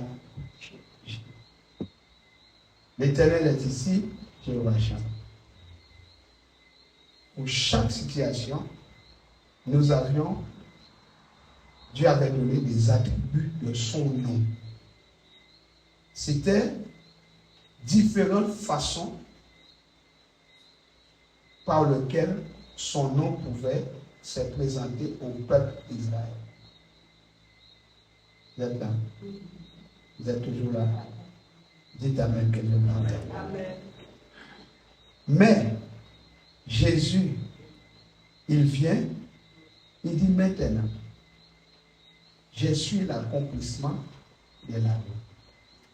Je suis l'accomplissement de tout ce que vous avez entendu. Et j'apporte un commandement nouveau. Et il dit, voici comment vous devez prier. Parce que les disciples ont vu prier. Ils ont dit, mais c'est quoi cette espèce de prière que Dieu fait? Nous, on ne connaît pas ça. Nous, quand on prie, c'est Elohim. Nous, quand on prie, c'est Adonai. Nous, quand on prie, c'est Jéhovah Rapha. Nous, quand on prie, c'est Jéhovah Nissi. Mais toi, on t'entend dire quelque chose qu'on n'a jamais connu. Apprends-nous ça. Et c'est là que Jésus commence, au verset 5. Il leur explique ça. Il leur enseigne ça. Et quand il arrive au verset 9, il dit, bon, vous avez compris tout ce que je vous ai dit. Vous avez bien saisi.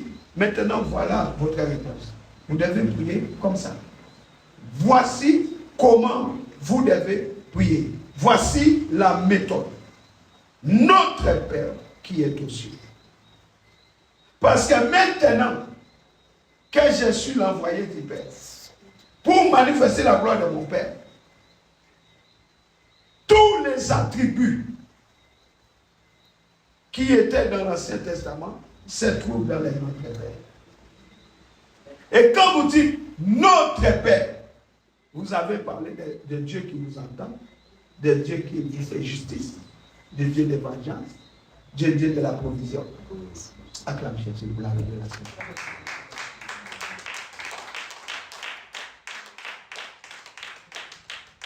C'est ce Dieu-là. Maintenant, il vous a donné cela. Quand vous dites Notre Père, vous avez parlé de tous les attributs dans un seul nom. Aujourd'hui, dans beaucoup d'églises, vous entendez, Prions Adonai. Adonai, Adonai, Elohim, Elohim. Mon Père béni. Mon Père béni. Mon Père béni. Osée 46. Vous connaîtrez la vérité et la vérité vous rendra riche. Jean 8, 32. Et vous imitez ces gens-là. Parce que vous-même, vos yeux ne sont pas ouverts. Et vous les imitez, vous êtes dedans aussi. Mais moi, j'ai dit quoi? Voici donc, c'est la conséquence de tout ce que Jésus vient de dire. Voici donc comment vous devez. Oui, c'est énorme. C'est comme ça qu'il faut faire. Vous laissez ça et vous êtes en train de vous promener partout en faisant ce que Jésus a dit de ne pas faire. Verset 6. Quand tu pries, verset 7, ne multipliez pas les vaines paroles. Et vous êtes en train de prier sans la conscience de qui vous priez. Nous ne prions pas un Dieu partiel, mais nous prions une totalité. Sommes-nous ensemble? Nous prions celui qui remplit tout en tous. Une totalité. Celui que personne n'a créé. Notre Père. Quel est le rôle d'un Père? Il nourrit, il sécurise, il écoute, il protège, il instruit, etc. Hein? Le Père lui fait tout ça. Donc, papa ne nous demande pas d'aller vers ses attributs. Il dit, mais je suis votre Père. Adressez-vous à moi comme étant des enfants qui honorent et respectent leur Père. Je suis votre Père.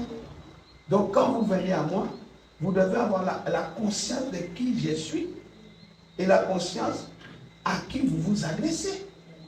Notre Père qui est aux cieux, parce qu'il est aux cieux. C'est pourquoi vous ne pouvez pas appeler n'importe qui Père. Ah, c'est mon Père spirituel. Est-ce qu'il t'a nourri? Est-ce qu'il prend soin de toi? Est-ce qu'il veille sur toi? Est-ce qu'il prie pour ton âme? Ah, c'est ma mère spirituelle, c'est maman spirituelle, maman spirituelle. Est-ce qu'elle prie pour toi? Est-ce qu'elle veille sur toi? Est-ce qu'elle t'instruit? Il n'y a pas d'amour.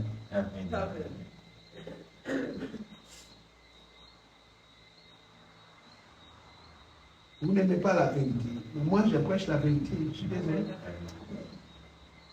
Je prêche la vérité. Je ne falsifie pas, je ne fais pas de compromis avec la parole.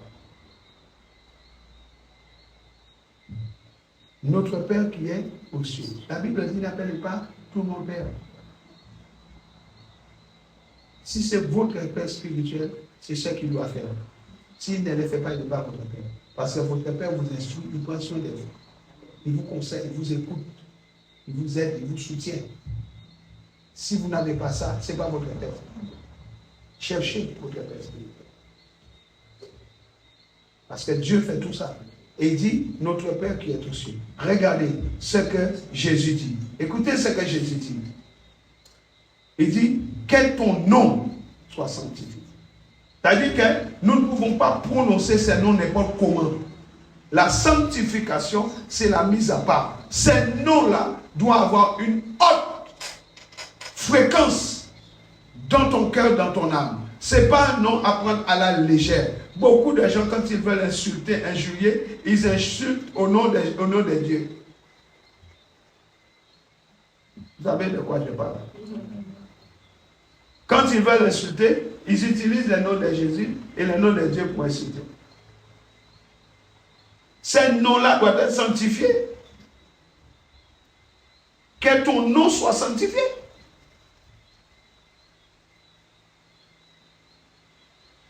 ensuite, que ton règne vienne. Ton règne. Quand la Bible dit notre Père qui est aux cieux, c'est-à-dire que nous formons une famille.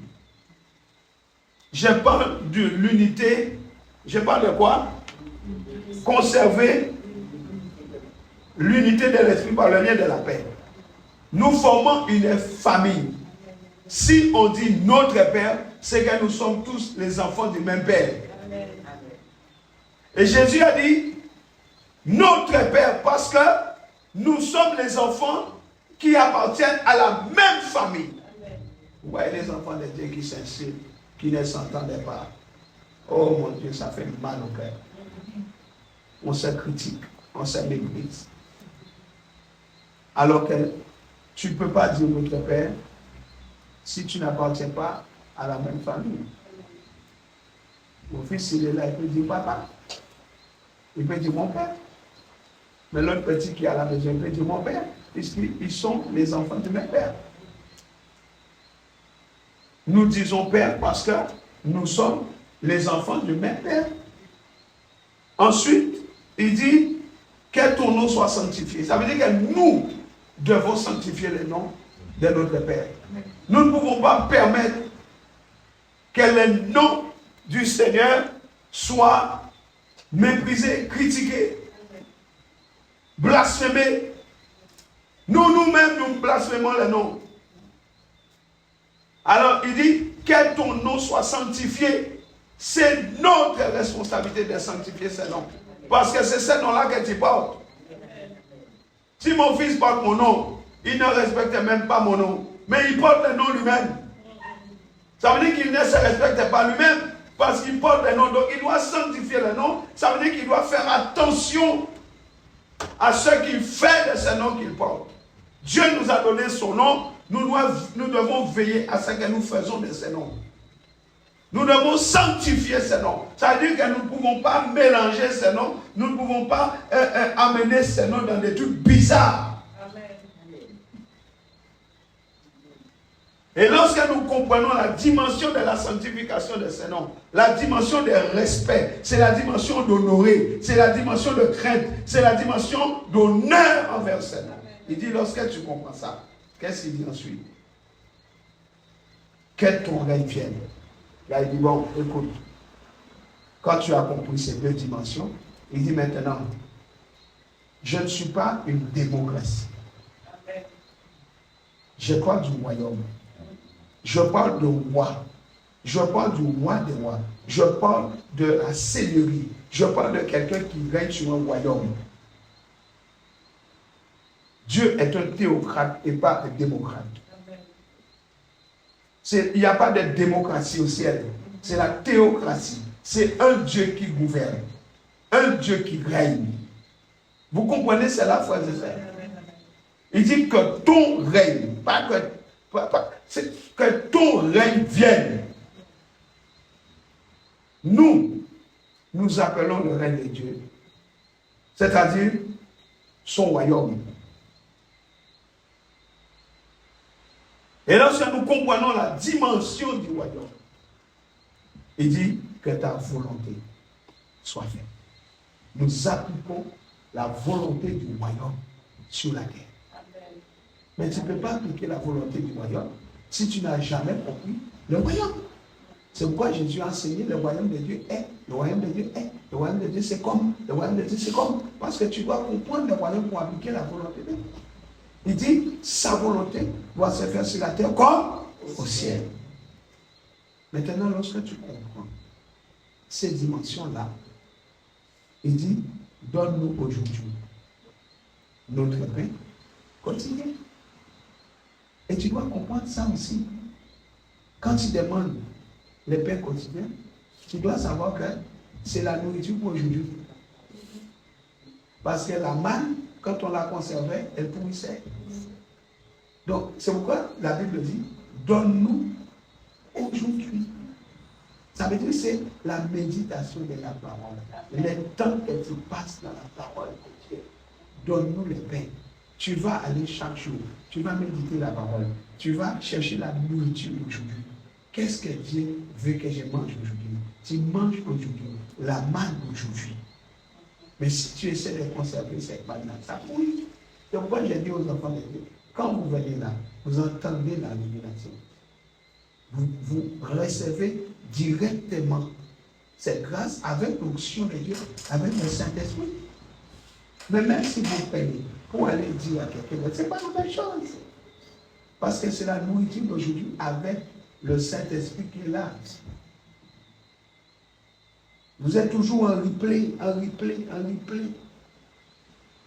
Parce qu'ils ne viennent pas. Ils sont toujours en replay. Ce n'est pas la même chose. On est en replay pendant qu'on fait à manger, pendant qu'on est assis aux toilettes, pendant qu'on se douche, pendant qu'on nettoie la galerie, pendant qu'on coupe des lèvres, on passe à la déboussailleuse avec des casques dans les oreilles. On est en replay. Et lorsque tu es là, tu es concentré. Ce n'est pas la même chose. Donne-nous aujourd'hui notre pain. C'est la parole. Et regardez au verset 12. C'est là il dit, pardonne-nous nos offenses, comme nous pardonnons à ceux qui nous ont offensés. Les pardons. Je pardonne. Je m'assure que je suis clean. Quand je vois une telle dimension, une telle puissance de Dieu, je reconnais que je ne vaux rien. Je reconnais que je ne suis rien. Je pardonne. Je pardonne.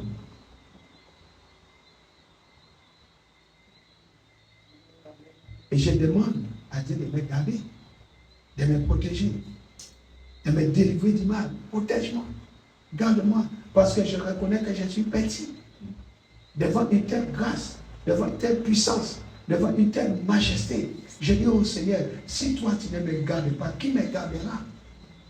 Si tu ne me préserves pas, qui me préservera? Je reconnais que je suis tellement petit devant une telle majesté où je lui dis, oh Seigneur, je vais point. Quand je regarde la grandeur de ton amour, je dis pardonne-moi parce que pardonne-moi mes offenses. Je pardonne à tous ceux qui m'ont pardonné parce que je réalise à quel point tu m'as aimé malgré mes fautes et mes transgressions. Alléluia. Alléluia. Et je réalise combien je n'ai rien moi-même, car c'est à toi qu'appartiennent dans tous les siècles le règne, la puissance et la gloire. Mais je ne peux pas demander les paix, demander ce qui correspond à mes besoins, sans avoir compris cette dimension-là. Vous venez, Seigneur, guéris-moi. Vous venez, Seigneur, donne-moi ceci, donne-moi cela. Vous venez, Seigneur, faites ceci pour moi, faites cela. Mais vous n'avez même pas la conscience du Père. Vous n'avez pas la conscience du royaume. Vous n'avez pas la conscience de la volonté de Dieu. Et vous venez, donne-moi, donne-moi, donne-moi, donne-moi ceci, donne-moi cela, protège-moi, garde-moi, protège mon fils, protège ma famille, et ceci, cela, et ceci, cela. C'est pourquoi Jésus l'a dit au verset 33, cherchez premièrement les royaumes. Et ce qui est juste. Quand c'est à cela que Jésus, que Dieu prend plaisir. Parce qu'il sait ce que vous avez besoin. Il sait. Il sait.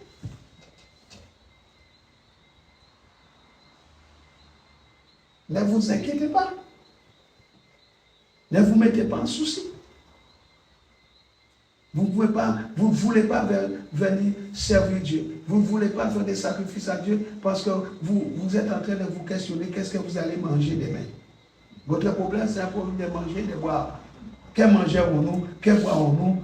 Comment serons-nous vêtus? Il y a trois choses. Trois choses. Notez ça. Trois éléments principaux d'inquiétude dans ces mondes. Les boire, les manger et les vêtements. 3 éléments que le diable dit. Boire, manger et s'habiller. Les gens auront toujours besoin de manger. Les gens auront toujours besoin de boire. Et là, les gens auront toujours besoin de s'habiller. Qu'est-ce que le diable fait? Il détourne les manger. Il détourne le boire. Et il détourne l'habiller. Pour trouver un vêtement décent, il faut chercher. Oui ou non, mes chers? Vous trouvez des vêtements bizarres. Les gens s'habillent nus, vêtements transparents.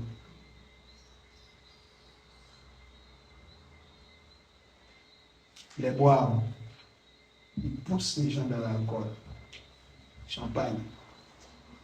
Allez vérifier combien de champagne et de rhum que les gens ont bu en cette fin d'année. Les records est battu. Les manger. Les gens mangent. Ils sont tout le temps dehors en train de manger, assis dans les restaurants. Ils ne font plus à manger chez eux. Ils achètent dehors. Ils n'ont pas le temps parce que tout le monde a préparé. Ce plaisir que tu prenais à cuisiner, ça commence à disparaître. Parce qu'on te présente tout. Pourquoi je vais cuisiner? Je vais acheter un plat. Et quel plat te donne? Les gens mangent mal. L'obésité est en train de dévorer la population. L'arrière-train mesure 1 km. Les ventes, je ne sais pas combien de kilomètres. Les gens sont déformés. L'alimentation, mauvaise alimentation, ça entraîne toutes sortes de maux, toutes sortes de problèmes de santé. Et vous les voyez déambuler au bord de route, en train de chercher à perdre du poids. Et quand ils finissent la marche, ils vont manger 2 kilos de viande, comme des prédateurs, des lions en cage. C'est ce que le diable fait. Alors que la Bible dit quoi? Ne vous inquiétez donc point, il ne dit pas que mangerons-nous, que boirons-nous, de quoi serons-nous vêtus? Car toutes ces choses, ce sont les païens qui nous recherchent.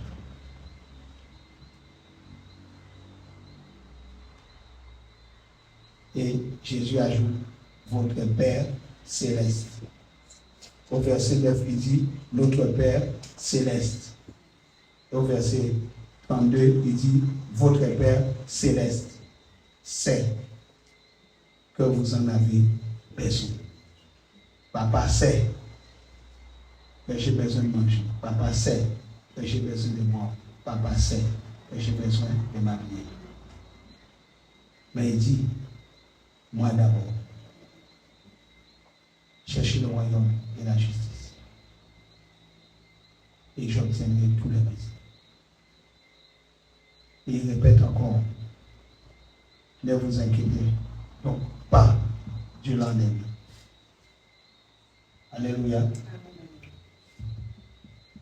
Car le lendemain sait s'occuper de lui-même. À chaque jour suffit sa peine. Il sait qu'il doit vous donner la manne d'aujourd'hui. Il sait qu'il doit vous donner la manne demain. Il sait qu'il va vous donner la manne de dimanche. Mais vous essayez de prendre la manne de vendredi, vous mettez au congélateur pour dimanche. Et vous dites, mais comme le message est bien, alléluia, donc je n'irai pas à l'église dimanche. J'ai été béni dimanche, je n'ai pas besoin d'aller mercredi pour manger la manne rassis, pour manger la manne dont les vers ont déjà dévoré. Alors que Dieu veut vous donner les pains quotidiens. Vous laissez les pains quotidiens pour essayer de manger la manne qui a pourri. Et vous cherchez la manne pourrie d'autres personnes. Alors que Dieu veut vous donner quoi? Les pains quotidiens. Mon ami, rentre dans ton lieu secret pour recevoir ta manne. Rentre dans les lieux secrets pour recevoir la révélation de la parole. Arrêtez de manger de la nourriture pourrie. De la nourriture avalée. Rentre dans les lieux secrets. Tu peux aussi rentrer. Car le sang de Jésus nous a donné libre accès au sanctuaire. Rentre au sanctuaire. Vous devez avoir un lieu secret. Vous devez apprendre à parler avec le Père. Voici comment vous devez prier. Jésus nous a donné la méthode. Alléluia. Amen. Jésus nous a donné la méthode. Mettez en pratique la parole de Dieu. Allez et cherchez la volonté du Père. Vous n'avez pas besoin qu'un pasteur fasse pour vous. Allez rentrer dans les lieux secrets, fermez la porte. Mettez en pratique cela. Vous avez à l'intérieur de vous le même esprit. L'esprit. Vous avez ça. L'esprit de Dieu. Vous devez faire tomber tous ces obstacles à l'unité de l'esprit. Je l'ai dit. Tous ces obstacles à l'unité de l'esprit dans l'église, faites-les tomber. Faites tomber les mensonges, faites tomber la méchanceté, faites tomber les vols, faites tomber toutes ces choses, les manques de vérité, faites tomber toutes ces choses, la colère, l'animosité, l'amertume, la peur, faites tomber tous ces obstacles. Vous avez l'Esprit de Dieu en vous. Conservez l'unité de l'Esprit par le lien de la paix.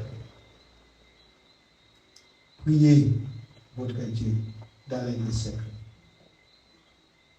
Cherchez une relation de cœur à cœur avec votre Dieu, votre Père, notre Père, Dieu tous. Rectifiez votre priorité. Dieu doit être notre Père, doit être notre priorité. Le royaume doit être notre priorité. La volonté de Dieu, c'est notre priorité. Mais pourquoi Romains 12, verset 2 dit, et quoi? Ne vous conformez pas à ce siècle. Mais laissez-vous transformer afin que vous discerniez quelle est la volonté de ce qui est bon, agréable et parfait. Je vous ai parlé de ça, je vous ai dit quoi? Je vous ai dit l'humilité. Je vous l'ai dit. Les piliers. Je vous ai parlé de ces piliers. L'humilité. L'humilité. Alléluia. C'est important. L'humilité. Gardez ces choses. Ne les perdez pas de vue. La douceur, la patience, l'amour. Conservez l'unité de l'esprit par le lien de la paix. Recherchez la paix. Recherchez la paix avec tous les mondes. Ne gardez pas dans votre cœur de rancune, de la vengeance, un manque de pardon. Ça va vous tuer. Ça va vous détruire. Ça va vous permettre à l'ennemi de dominer sur vous. Ça va donner au diable de dominer sur vous. Que votre cœur soit pur. Alléluia. Que Dieu vous bénisse.